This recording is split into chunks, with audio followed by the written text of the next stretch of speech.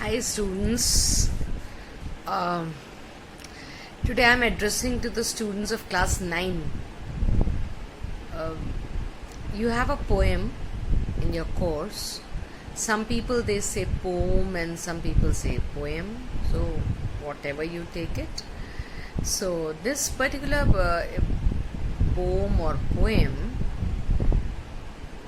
Road Not Taken.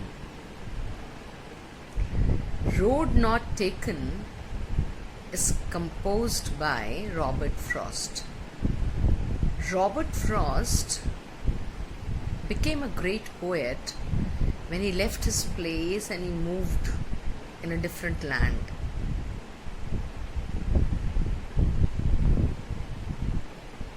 So in this particular poem he talks about this personal choice of his.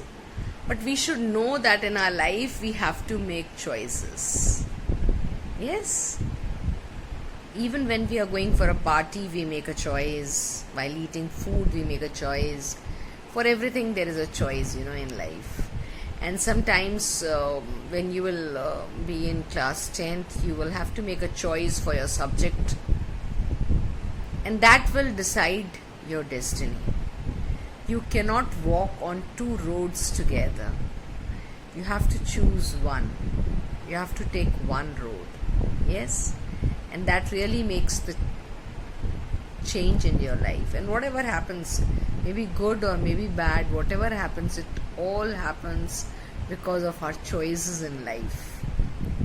So, road not taken in itself is a metaphor of life. In this poem, first of all, we need to understand that Robert Frost left US and he went to UK. And there, his poems became famous. He became so famous that even our Indian Prime Minister Jawaharlal Nehru, when he passed away, the 4 lines of his poems were written in Jawaharlal Nehru's handwriting near his table. The woods are lovely, dark and deep, but I have promises to keep, and miles to go before I sleep, and miles to go before I sleep. So we need to understand that Robert Frost made a choice of moving out, and then he became a great poet. And then he came back to his home and he became an acclaimed poet. So in this particular poem he talks about that how the speaker was standing in a wood, yellow wood, and there were 2 roads which diverged into 2 different directions.